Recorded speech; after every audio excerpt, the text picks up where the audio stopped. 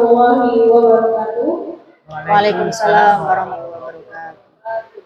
Bersyukur kita atas nama Allah Subhanahu wa Ta'ala yang masih memberikan kesempatan dan semangat yang luar biasa kepada kita semua dalam kegiatan diseminasi budaya positif oleh Ibu Tina Andriani, calon guru penggerak angkatan 9 Kota Pekanbaru. Salam guru yang tak lupa kita sampaikan kepada Muhammad Sallallahu Alaihi Wasallam dengan mengucapkan Allahumma sholli ala sayyidina Muhammad wa ali sayyidina. Yang kami hormati Ibu Kepala SMP Negeri 1 Pekanbaru, Ibu Zuraida MPD beserta wakil, dan yang saya banggakan rekan-rekan Bapak Ibu Guru SMP Negeri 4 Pekanbaru. Baiklah, pertama-tama mari kita dengarkan kata sambutan yang akan disampaikan oleh Pak Dirjen Fikri selaku wakil kepala sekolah kepada Bapak dipersilakan.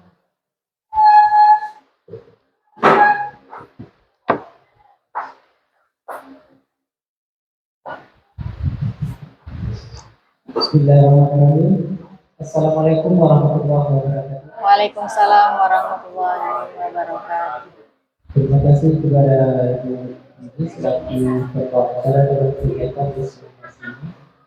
Alhamdulillahirabbil alamin. Puji dan syukur kita ucapkan kepada Allah Subhanahu wa Ta'ala karena dengan limpahan rahmat dan karunia kita bisa hadir dan berkumpul di ruangan yang sangat kita banggakan ini dalam agenda kegiatan diseminasi dari Ibu Mendina ya, tentang budaya positif di sekolah kita. Ini adalah salah satu materi dalam CGP-nya ya. Iya, Mendina. benar Pak. Mudah-mudahan dengan kegiatan ini kita bisa mendapatkan wawasan baru, pemahaman baru untuk bisa kita terapkan di sekolah yang kita cintai. Yang berikutnya, salam dan salam buat Nabi besar hijab kita Nabi Muhammad SAW dan mengucapkan Muhammad Muhammad yang saya hormati di sini. Yang pertama sekali Bapak dan Ibu Wakil Ketua Sekolah dan Guru, khususnya para peserta yang menghadiri serta diseminasi yang telah menyempatkan diri untuk menghadiri kegiatan ini, dan yang tadi semua di sini adalah pemateri kita atau yang menyampaikan materi tentang budaya positif di sekolah kita ini, yaitu salah satu dari guru kita yang menjadi anggota dari CGP angkatan ke-9 ya, itu Ibu Tina Andriani. Jadi dalam kegiatan diseminasi ini, mari kita dengarkan ilmu atau paparan yang diperoleh oleh salah satu teman kita ini, sejawat kita, untuk bisa kita terapkan untuk membangun budaya positif di sekolah kita ini sesuai sejalan dengan visi dan misi sekolah kita. Jadi mari kita ikuti secara tertib dari awal dan akhir. Mudah-mudahan ada manfaatnya bagi kita semua. Dan kepada Mbak, silakan curahkan segala ilmu, segala pengalaman, segalanya lah untuk kami semua yang ada di sekolah yang bisa kita pakai nantinya dalam membangun budaya positif di sekolah kita ini. Mungkin itu saja sedikit sambutan dari saya selaku wakil kepala sekolah untuk mewakili dari kepala sekolah kita. Kebetulan beliau sekarang ada tugas ke luar daerahnya, jadi beliau menitipkan pesan kegiatan ini menjadi mari kita ambil hikmah yang terbaik dari kegiatan ini ya. Terima kasih. Saya kira wassalamualaikum warahmatullahi wabarakatuh. Waalaikumsalam warahmatullahi wabarakatuh.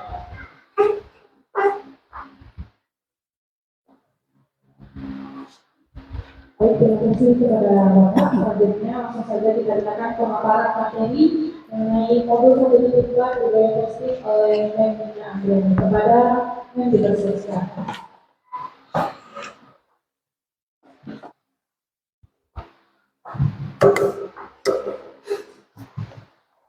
Bismillahirrahmanirrahim. Silakan Pak. Biar nampak. Ya. Assalamualaikum warahmatullahi wabarakatuh. Alhamdulillah pada pagi hari ini menjelang siang ya, ini udah nunggu siang. Kita diberikan waktu, terutama untuk saya memberikan sedikit pengalaman saya, berbagi pengalaman saya, pengetahuan saya selama mengikuti kegiatan dan pelatihan calon guru penggerak angkatan 9. Bapak Ibu semuanya masih semangat ya siang ini ya. Coba saya minta yel-yelnya dulu lah. SMP 43. Jaya, jaya, jaya. Oke, sekali lagi saya minta SMP 43. Jaya, jaya, jaya. Alhamdulillah. Baik Bapak Ibu, hari ini saya akan menyampaikan terkait modul 1.4 yaitu tentang budaya positif. Apa itu budaya positif? Mungkin kita sering mendengar budaya dan positif, tapi sebenarnya ini kan maknanya kan tidak jauh berbeda. Nah, budaya positif adalah perwujudan nilai-nilai atau keyakinan universal. Keyakinan universal itu apa Bapak Ibu? Keyakinan universal itu adalah keyakinan yang kita sepakati bersama. Jadi semua dari elemen-elemen yang ada dapat melaksanakan keyakinan, itulah disebut dengan keyakinan universal. Yang kedua, budaya positif adalah pembiasaan hal baik, mencakup sikap atau perilaku maupun tutur kata oleh seluruh warga di sekolah, baik itu kepala sekolah, guru, ataupun murid.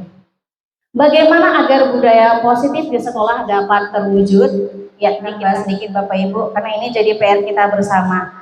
Kita selama ini anak-anak kita untuk selalu disiplin, untuk selalu taat aturan dan lain sebagainya. Nah, sebenarnya itu adalah lingkup dari budaya positif sendiri. Nah, bagaimana cara kita menerapkannya? Nah, ini sebelumnya ya, saya akan bertanya dulu nih Bapak Ibu. Di sini ada pertanyaan pemantik.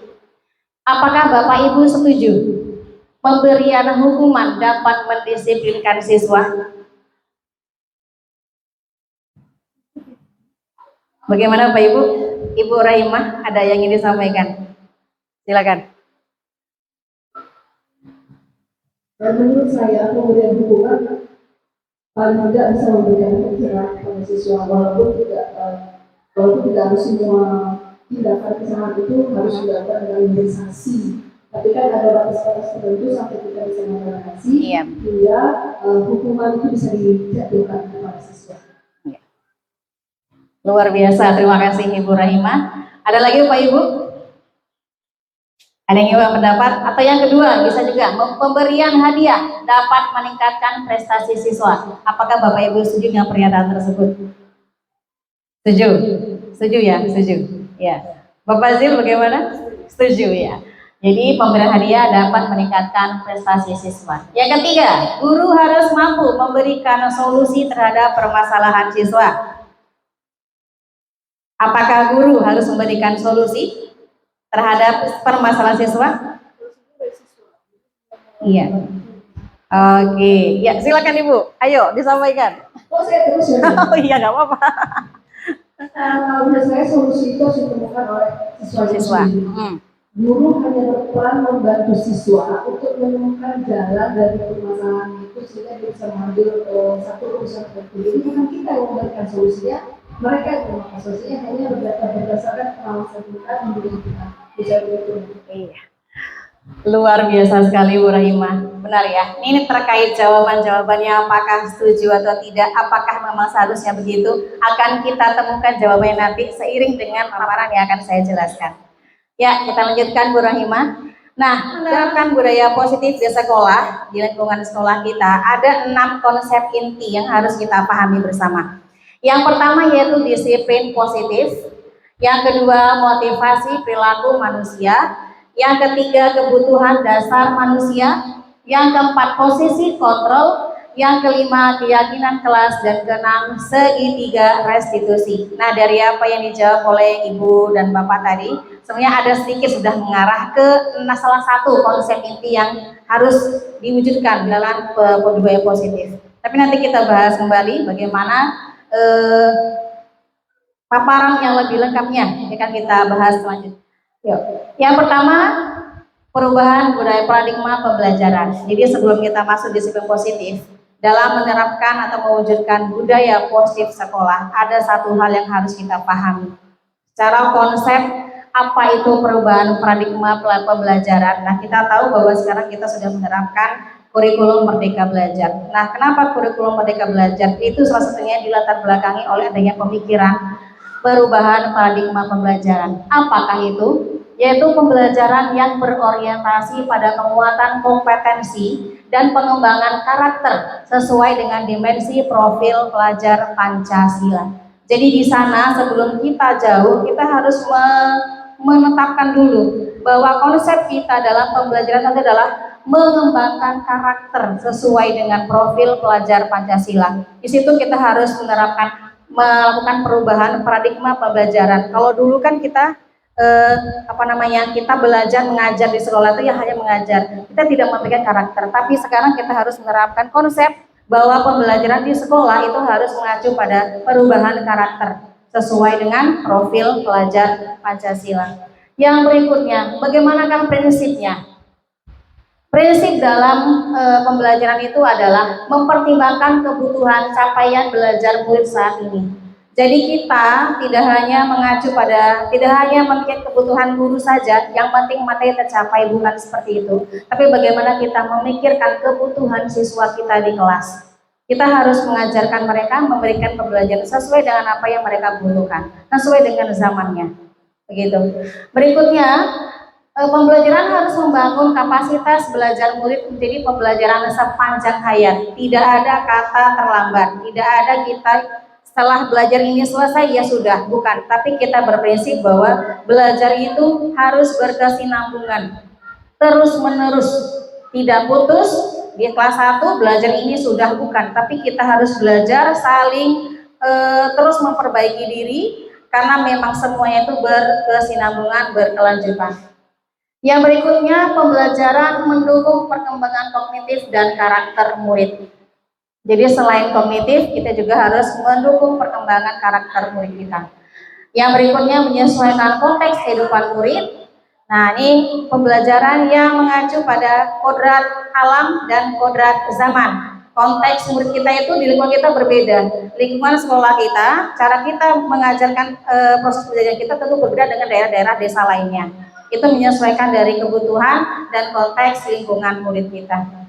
Yang berikutnya mengarah pada masa depan yang berkelanjutan. Ini kodrat zamannya bagaimana? Perkembangan zaman harus kita kaitkan, ya, dimasukkan ke dalam proses pembelajaran yang kita laksanakan di sekolah.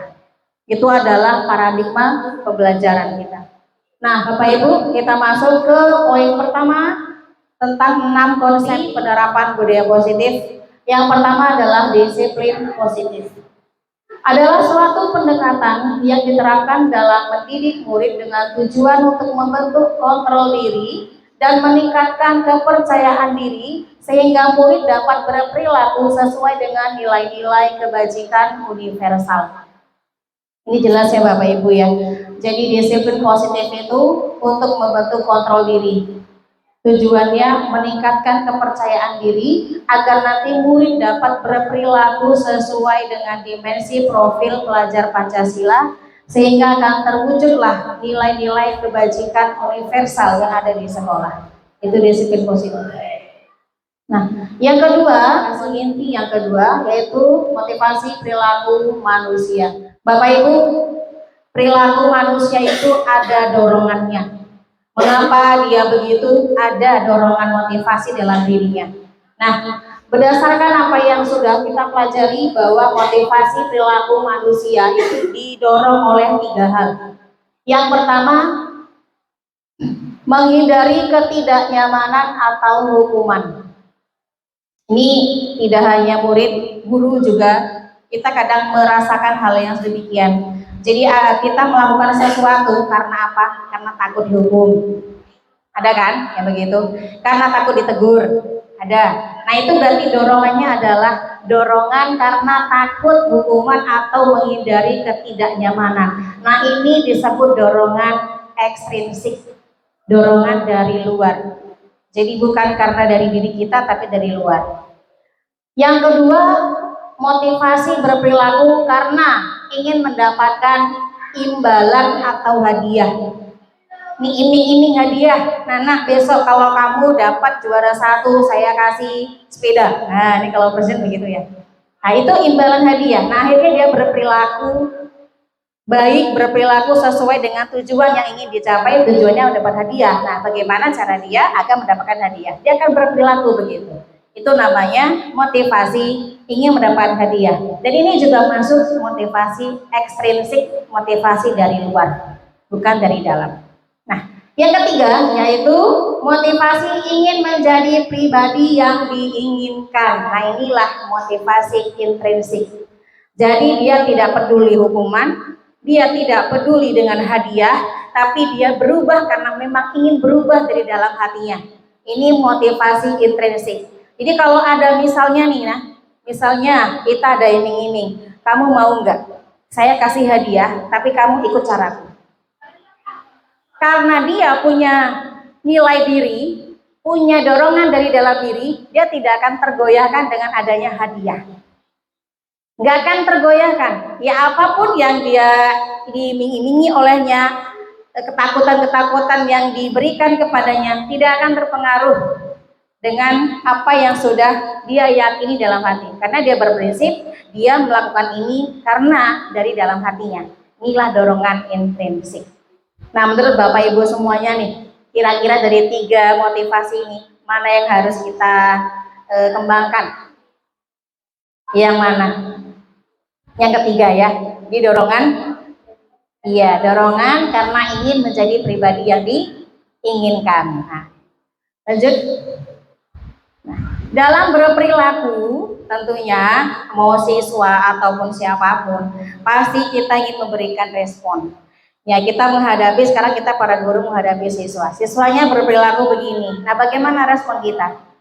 Nah, di sini kita akan bahas respon guru. Lanjut, Bu. Respon guru itu bermacam-macam, Bapak Ibu. Nah, di sini saya mengkategorikan ada respon dengan identitas gagal dan identitas sukses. Nah, kita akan bahas dulu identitas gagal. Respon dengan identitas gagal itu apa dan mengapa bisa dikatakan respon gagal? Yang pertama itu respon hukuman. Anak kita kalau salah kita kasih apa, Bapak Ibu? Sering kita kasih hukuman. Alasannya karena kamu sudah melanggar peraturan. Tapi sebenarnya hukuman ini menyakitkan, Bapak Ibu. Menyakitkan bagaimana? Yang pertama itu hukuman itu sifatnya menyakitkan. Kemudian memaksa, bener ya? Pokoknya kalau nggak kerja kan apa sih? Nah, gitu kan maksa ya, maksa. Yang berikutnya, siswa dibuat tidak nyaman dengan hukuman yang kita berikan. Kemudian mereka menjadi takut dan murid menyembunyikan kesalahan. Ini karena kita marah-marah, yang awalnya mau jujur jadi nggak jujur karena takut tadi itu. Yang berikutnya, murid menjadi rendah diri. Jadi ini secara berkelanjutan kalau kita lakukan, murid akan menjadi rendah diri. Nah, ini sebabnya dikatakan sebagai identitas gagal karena pada akhirnya yang kita bentuk anak dengan hukuman itu bukan apa yang kita harapkan dengan memberi nilai, tidak, tapi justru inilah yang hasil yang akan terbentuk kepada mereka. Kemudian penghargaan, nanti dia jawab apa tadi namanya, hadiah akan membentuk disiplin. Nah, sebenarnya itu bukan satu kekeliruan, tapi ada hal-hal yang harus kita ingat. Tidak semua hadiah itu berdampak positif pada anak. Kenapa? Yang pertama, tidak efektif. Hadiah tidak efektif. Yang kedua, dapat merusak hubungan. Coba kita pikirkan.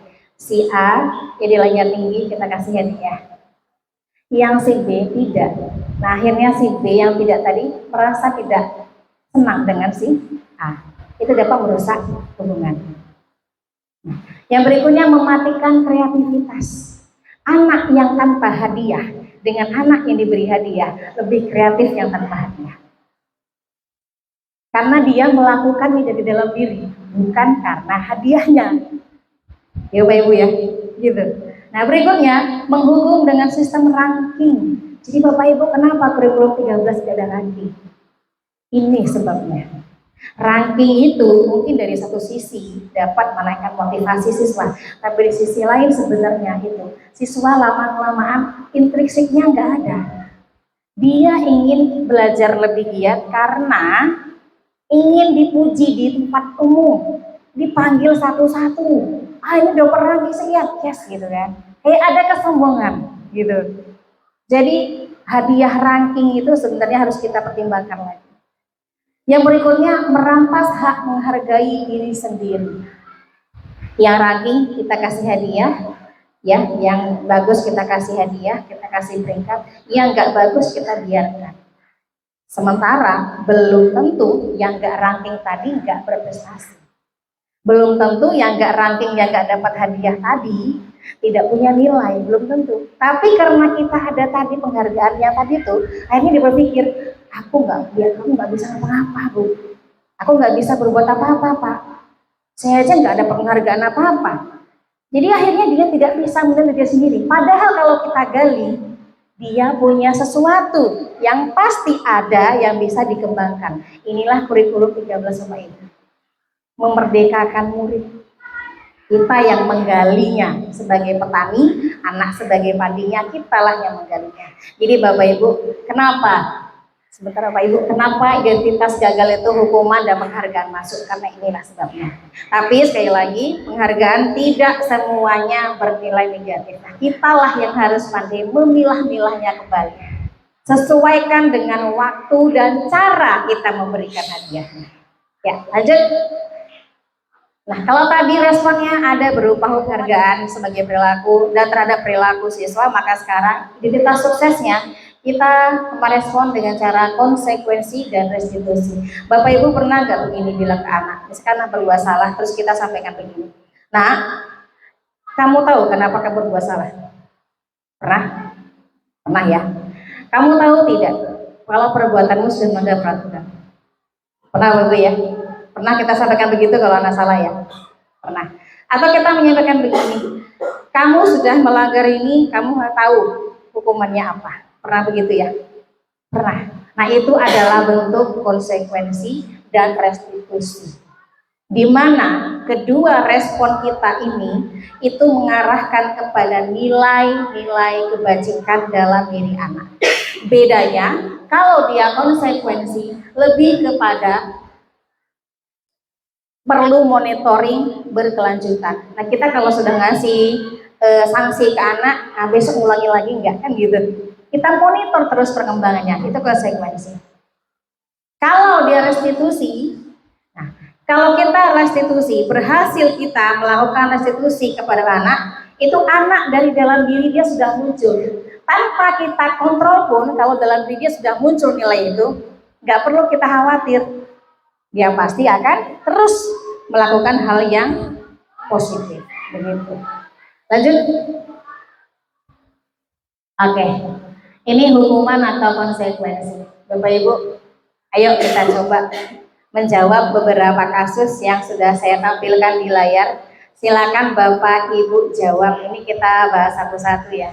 Yang manakah dia? Konsekuensikah atau hukuman? Yang pertama, murid diminta push up 15 kali karena tidak membawa masker. Hukuman atau konsekuensi Pak Ibu? Hukuman. Hukuman ya. Bener nggak ya hukuman? Coba kita klik Ibu. Iya, hukuman. Kenapa hukuman? Kenapa ya hukuman ya Pak Ibu ya? Masa iya nggak bawa masker langsung push up 15 kali kan? Ini kan jelas kalau hukuman kan menyakitkan tadi katanya. Menyakitkan, rasa tidak nyaman ke anak, itu hukuman. Yang berikutnya, kehilangan 10 menit jam istirahat karena terlambat datang dan mengejar ketertinggalan pelajaran. Itu konsekuensi. Kita cek. Iya benar, konsekuensi. Yang berikutnya, membersihkan WC sekolah karena mematahkan pensil teman. Hukuman. Langsung ngeri ya. Mesti kalau mematahkan pensil langsung cuci WC. Lanjut, berdiri di depan kelas dan mengangkat satu kaki karena tidak bisa menjawab pertanyaan. Hukuman. Ya. Yang terakhir, menggantikan kertas tugas teman yang telah dicoret-coret. Konsekuensi. Sekarang tahu ya bedanya Pak Ibu ya? Tahu bedanya Pak Ibu? Iya, jadi konsekuensi dan hukuman itulah perbedaannya. Lanjut Ibu. Ya saya pindah dulu dan sebentar pindah posisi.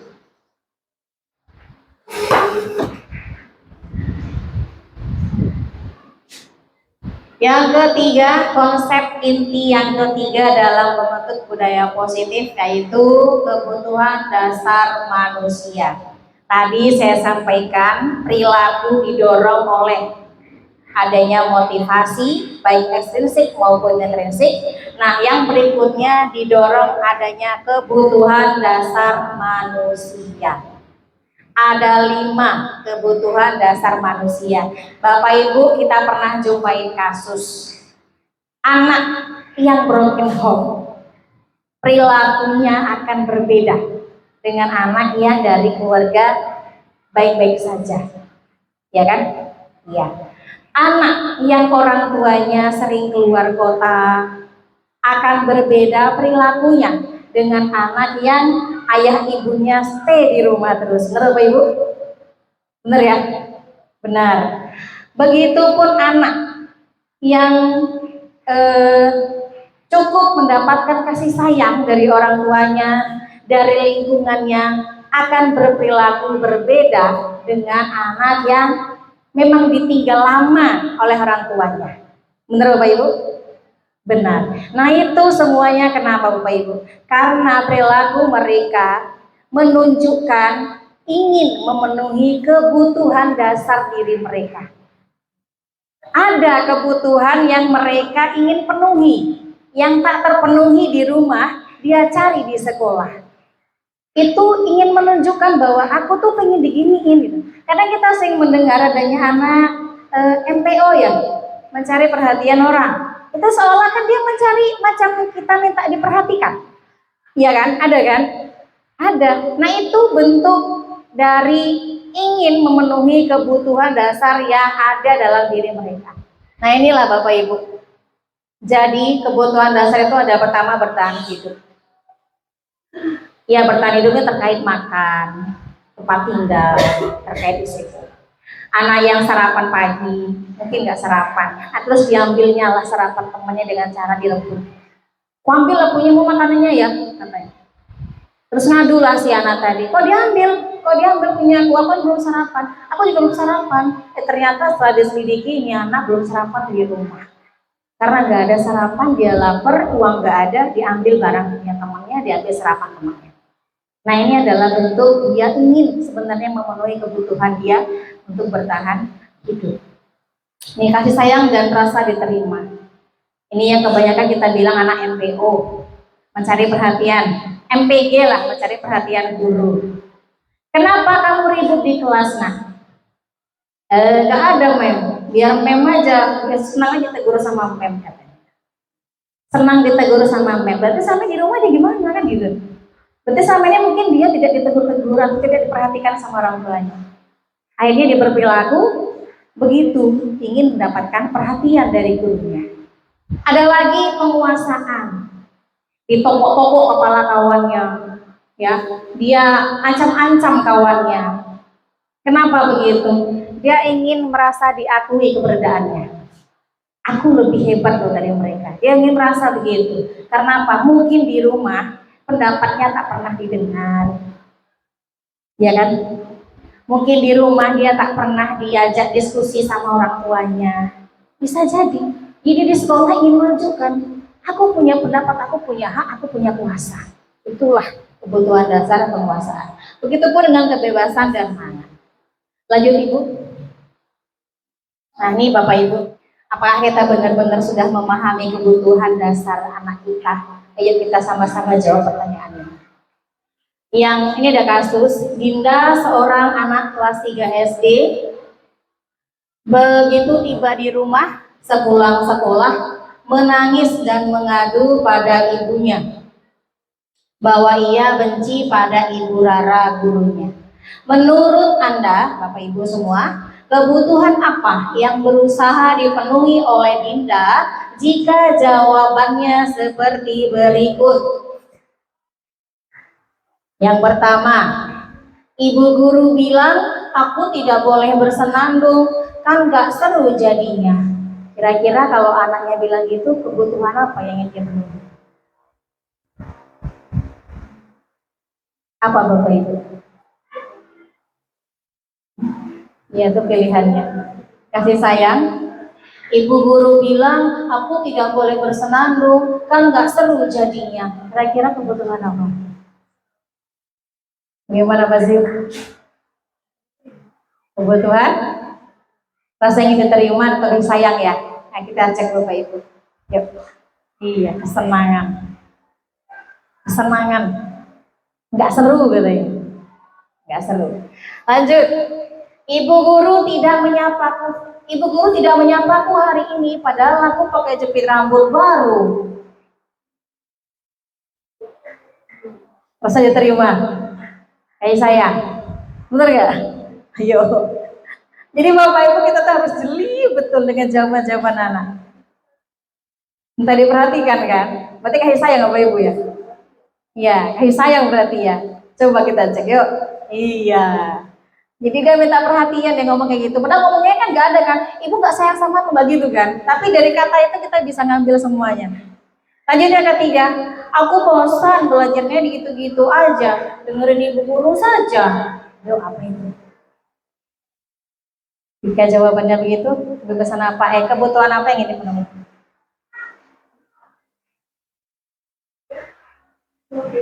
Kebebasan. Jadi dia bosan, dia ingin sesuatu yang lebih dari itu. Kebebasan. Lanjut, aku sebel, gambarku tidak rapi. Malah bu guru menunjukin ke teman-teman depan kelas. Ayo, apa Bapak Ibu? Kira-kira itu kebutuhan apa? Kasih sayang, kebebasan, penguasaan? Penguasaan. Iya, kita cek. Oke, penguasaan. Agak susah ya Bapak Ibu tentunya ya. Itulah kita guru Bapak Ibu. Apapun jawaban yang murid kita sampaikan, kita harus bisa cermati. Telaahlah jawaban itu. Kemana arahnya? Kalau kita salah menilai, salah menelaah, langkah kita juga pasti nggak ke sana. Nah, nanti nggak ketemu, bisa juga nggak ketemu penyelesaiannya. Nah, itulah yang harus kita lakukan. Lanjut yang berikutnya, sisi kontrol. Ini lanjut ke bagaimana kita merespon perilaku anak.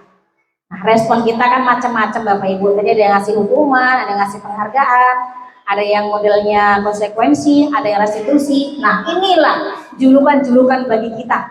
Kalau kita suka ngasih hukuman namanya penghukum, guru penghukum. Kemudian ada juga yang guru yang membuat orang merasa bersalah. Kamu tuh ya, jadi kasih tahu berkali-kali, nggak dengar ngomong. Nah, itu anaknya tuh gini aja. Oh iya ya, nanti kalau udah apa-apa, gimana? Nanti kalau ibu guru dimarah, kalau kepala sekolah gimana? Kan gitu. Ya, lanjut yang berikutnya teman. Ada teman ini cara kita ngobrol berbicara sama murid, seolah-olah kita tuh teman dia. Oke ya, Ibu tunggu ya. Udah tenang aja, Ibu beresin. Nah, itu teman ngobrol seperti sama teman. Kemudian manajer. Pemantau dulu. Pemantau ini sifatnya ke kayak konsekuensi, ngasih arahan-arahan, ngasih pantauan ke siswa itu apakah dia sudah betul-betul melaksanakan atau tidak. Itu kita mantau aja. Ini patuh peraturan enggak sih? Yang berikutnya manajer. Manajer inilah yang paling kita harapkan terjadi. Sebenarnya ada 3, teman, pemantau, dan manajer. Itu kita diharapkan guru bisa menerapkan posisi kontrol kita seperti itu. Nah, ini kasus kita lihat di sini ada contoh. Ada murid yang tidak memakai atribut lengkap saat upacara. Ini sering sekali kita lihat, ya. Nah, di sini kalau kita posisinya sebagai penghukum, apa kata gurunya? Kamu sudah melanggar aturan sekolah, hormat kira 1 jam. Itu kata-katanya. Kalau posisinya sebagai penghukum. Kalau posisinya sebagai pembuat orang merasa bersalah, nah ini kata gurunya begini, ibu kecewa sama kamu. Seharusnya kamu tahu aturannya. Jadi ngomongnya tuh lebih lembut sedikit daripada penghukum. Yang ketiga sebagai teman. Besok dipakai lengkap ya tribunnya, oke?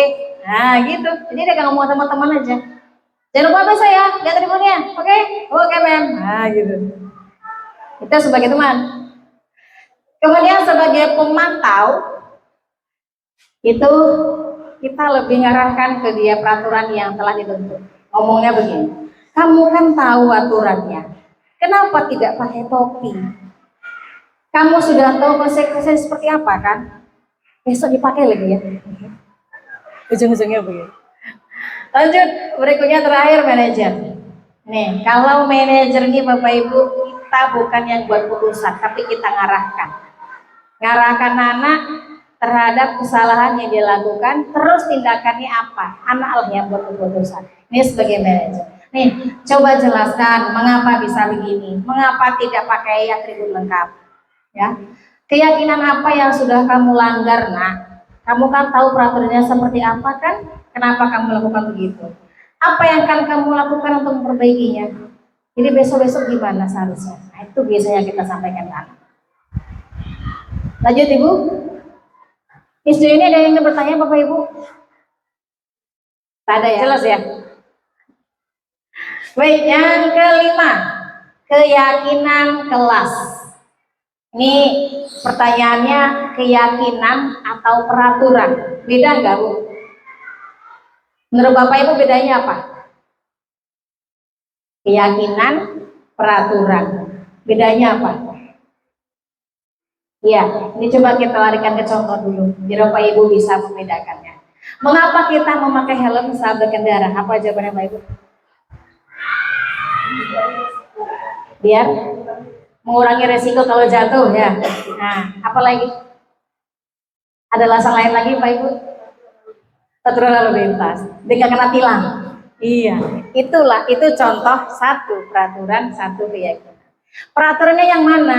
Peraturan itu karena kita takut melanggar peraturan lalu lintas, takut ditilang, itu namanya peraturan. Dibuat sepihak. Yang buat siapa peraturan Bapak Ibu? Polisi. Kita ada ikut nggak di situ? Diikutkan nggak saat buat peraturan? Enggak. Yang nentukan langsung polisi. Kita hanya tinggal menjalankan. Nah, di saat kita punya pikiran, kita pakai helm biar nggak ditilang. Nah, saat nggak ada polisi berarti kita lantak lah, gitu ya. Iya toh? Iya.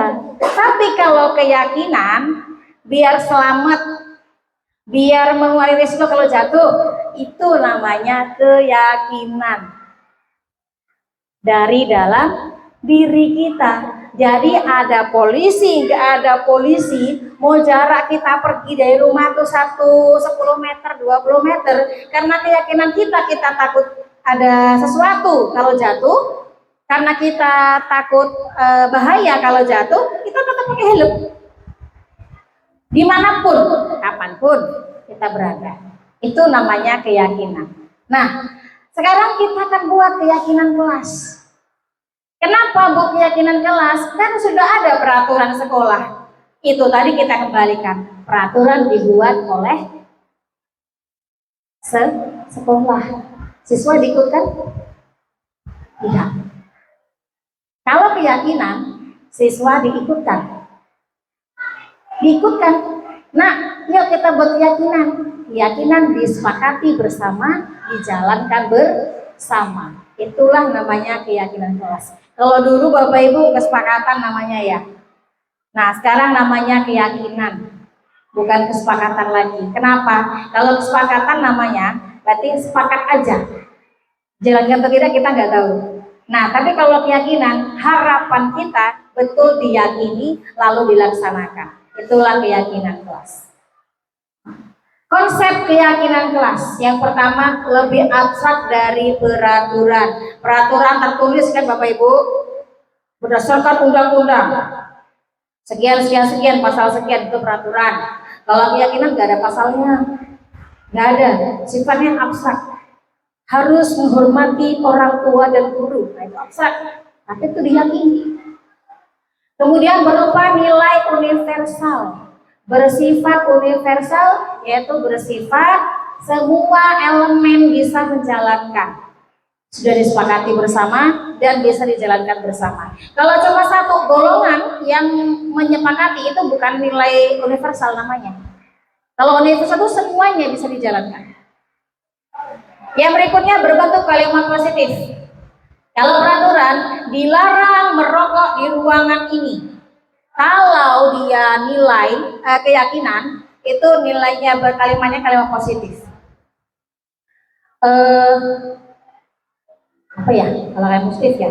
Misalkan dilarang memakai sepatu warna putih, harus hitam misalkan. Maka bunyi keyakinannya adalah pakailah sepatu berwarna hitam. Itu kalimatnya positif. Lanjut, sesuai dengan kondisi kelas dan sekolah. Keyakinan sekolah A, keyakinan sekolah B beda. Keyakinan kelas A, keyakinan kelas B beda. Tergantung kebutuhan masing-masing kelas. Tergantung kesepakatan yang sudah kita bentuk dengan siswa tadi. Makanya kalau nanti kita jumpa di kelas A dengan kelas B beda, ya nggak masalah. Wong keyakinannya beda kok, kesepakatannya beda, kan begitu. Lanjut, melibatkan semua warga kelas juga sekolah. Jadi semua elemen kita libatkan, guru, siswa, untuk keyakinan kelas kita. Nah, kemarin Bapak Ibu, saya sudah membuat, ya lanjut, Bim, sudah membuat satu keyakinan kelas di kelas 7A ya. Jadi ini prosesnya itu yang pertama murid menuliskan harapan atau tentang kelas impian. Jadi mereka saya minta untuk menuliskan apa yang mereka inginkan terhadap kelas mereka, dan itulah ini kita tempel di papan tulis. Lalu guru dan siswa mengulas harapan dan peraturan kelas. Apa yang sudah mereka tuliskan tadi kita baca satu persatu, lalu kita himpun, kita rangkum, kita tulis semuanya sampai kemarin ada sekitar 19 harapan yang mereka inginkan di kelasnya. Yang berikutnya yang ketiga, mengubah harapan dan peraturan menjadi kalimat positif. Nah, jadi kan ada data yang disampaikan di sana, siswa menyampaikan tidak boleh membuli katanya. Itu kan kalimat negatif. Nah, positifnya kita buat di situ kemarin itu saling menghormati dan menghargai teman. Itu kalimat positifnya. Nah, setelah dibuat kalimat positif, maka terbentuklah suatu keyakinan kelas yang kita tuliskan di karton lalu tempel di kelas. Nah, Bapak Ibu wali kelas semuanya bisa terapkan seperti ini. Tujuannya apa? Ketika kita mengajak siswa kita bersama-sama membentuk suatu keyakinan, insya Allah mereka tahu dan menyadari bahwa apa yang mereka lakukan semuanya punya dasar, punya satu keyakinan yang harus dijalankan bersama. Ya, lanjut Bu Im. Nah, yang terakhir adalah segitiga restitusi. Ini konsep inti budaya positif yang terakhir, yaitu segitiga restitusi. Ini segitiga restitusi ini adalah salah satu pendekatan yang kita laksanakan untuk menyelesaikan suatu masalah siswa. Jadi ada 3 tahapan di sini. Yang pertama, menstabilkan identitas, di mana guru di sini mencoba menggali alasan kenapa siswa melakukan suatu masalah. Yang berikutnya, validasi tindakan yang salah. Nah, ini kita memberikan pemahaman kepada siswa bahwa apa yang mereka lakukan itu pernah juga dilakukan oleh orang lain. Bisa jadi itu hal yang bukan yang pertama kali dilakukan oleh siswa tersebut. Kita ngasih penguatan di sini kepada siswa tersebut. Jadi siswa tidak semena-mena kita langsung salahkan, begitu tidak. Yang terakhir baru langkahnya menanyakan keyakinan. Setelah kita tahu alasannya, kita kasih penguatan ke dia, lalu kita tanyakanlah ke anak tersebut. Nah, kamu sudah melanggar keyakinan apa? Nah, kalau dia tahu keyakinan dilanggar, lalu kita tanyakan lagi, bagaimana caramu untuk memperbaiki kesalahan ini? Misalnya sampaikan sama Bu Rahima tadi ya. Jadi cara kita mengarahkan anak untuk menyelesaikan masalah bukan kita yang buat keputusannya, tetapi anak yang buat keputusannya. Kita yang mengarahkan. Lanjut Ibu. Nah, ini beberapa waktu yang lalu cara kita mengarahkan anak untuk menyelesaikan masalah bukan kita yang buat keputusannya, tetapi anak yang buat keputusannya. Kita yang mengarahkan. Lanjut Ibu. Nah, ini beberapa waktu yang lalu saya sudah mencoba membuat praktek segitiga restitusi. Ini bersama siswa kita di sini, yaitu Vivi kelas 8 dilaporkan ketua kelas karena telah menyebabkan sapu di kelasnya patah. Kalau Bapak Ibu ingin melihat detailnya kasus yang tadi itu bisa dilihat di YouTube saya, Dina Andriani. Itu di sana ada paparan-paparan yang sudah saya coba refleksikan sendiri di sana, bisa dilihat nanti ya. Bapak Ibu, demikian dapat saya sampaikan. Mungkin ada pertanyaan dari Bapak Ibu. Ya silakan Bu Rahimah. Terima kasih atas kesempatan yang diberikan. Di sini saya masih mau sedikit kebingungan untuk masalah hukuman Ya. dan konsekuensi.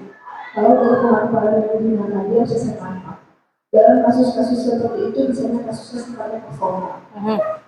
Bagaimana kalau sifat kasus itu klasikal? Misalnya dari contoh berarti kan tidak pakai atribut lengkap atau pacaran. Iya benar. Dan itu bukan kali pertama. Oke, kalau misalnya satu dua orang, gimana kalau misalnya hampir sepertiga dari siswa kita tidak memakai atribut. Kedua, kesalahannya itu berulang dan berulang. Di titik mana kita harus memberikan apakah itu menerapkan konsekuensi atau menerapkan hukuman. Sementara dari menurut saya dan dasar kita itu kan apapun tidak sesuai. Sementara dalam agama itu kan juga ada Tuhan mengajarkan adanya reward dan punishment. Surga dan neraka ini bentuk konsekuensi dari reward dan punishment akan perbuatan kita sendiri.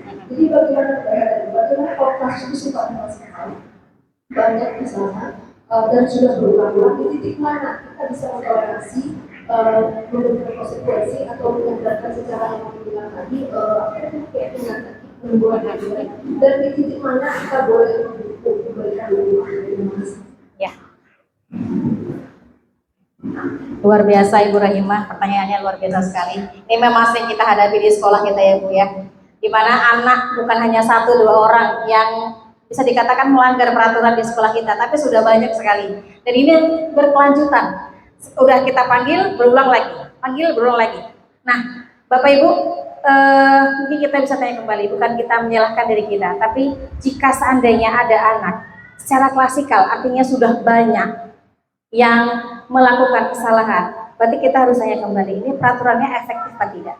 Itu satu. Yang kedua, bagaimana kita menunjukkan peraturan ini betul-betul bisa diterapkan seluruh anggota, seluruh elemen sekolah kita, baik dari gurunya maupun dari siswanya.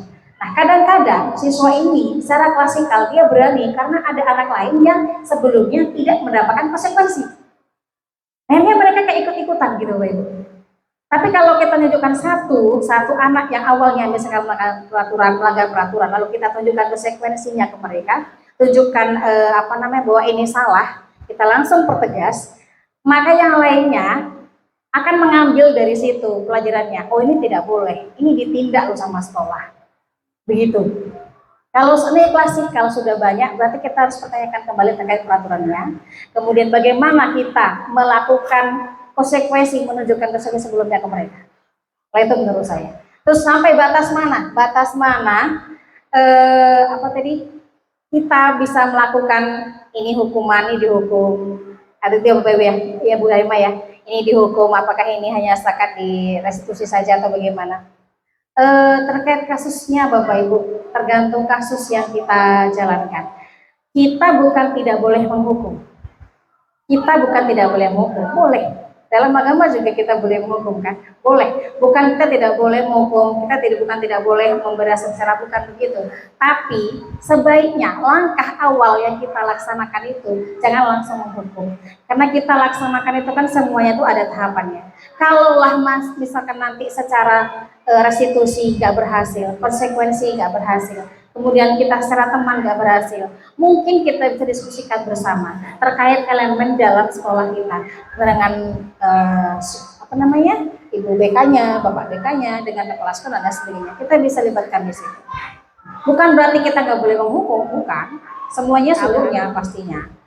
Gitu kalau. Terima kasih atas tanggapannya, atas masukannya dan pertanyaannya semuanya. Mudah-mudahan apa yang kita laksanakan hari ini memberikan manfaat yang luar biasa bagi kita, memberikan perubahan ke arah yang lebih baik. Bapak Ibu, demikian yang saya sampaikan. Terima kasih. Assalamualaikum warahmatullahi wabarakatuh.